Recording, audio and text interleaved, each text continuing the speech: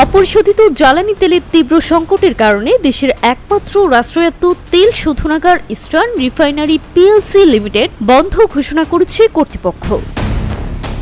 গত 2 মাস ধরে অপরিশোধিত তেল আমদানি বন্ধ থাকায় রোববার বিকেলে এর পরিশোধন কার্যক্রম বন্ধ হয়ে যায়।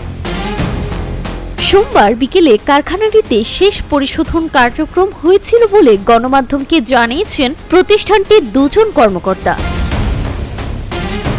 এদিকে দেশে পরিশোধিত জ্বালানি তেলের পর্যাপ্ত মজুত রয়েছে এবং সরবরাহ ব্যবস্থায় কোনো প্রভাব পড়বে না বলে আশ্বস্ত করেছে জ্বালানি বিভাগ। ইআরএল কর্মকর্তাদের তথ্যমতে কক্সবাজারের মহেশখালী সিঙ্গেল পয়েন্ট মোরিংয়ের পাইপলাইনে জমে থাকা 5,000 টন এবং অপরিশোধিত তেলে 4টি ট্যাঙ্কের ডেড স্টক তুলেও পরিশোধন কার্যক্রম পরিচালনা করা হয়েছিল।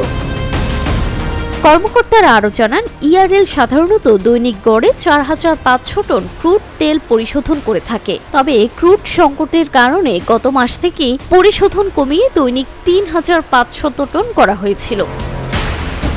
গত 4 মার্চ পর্যন্ত প্রতিষ্ঠানটির কাছে ব্যবহারযোগ্য তেলের মজুত 2,000 টনের নিচে নেমে এসেছে। News desk, timeline.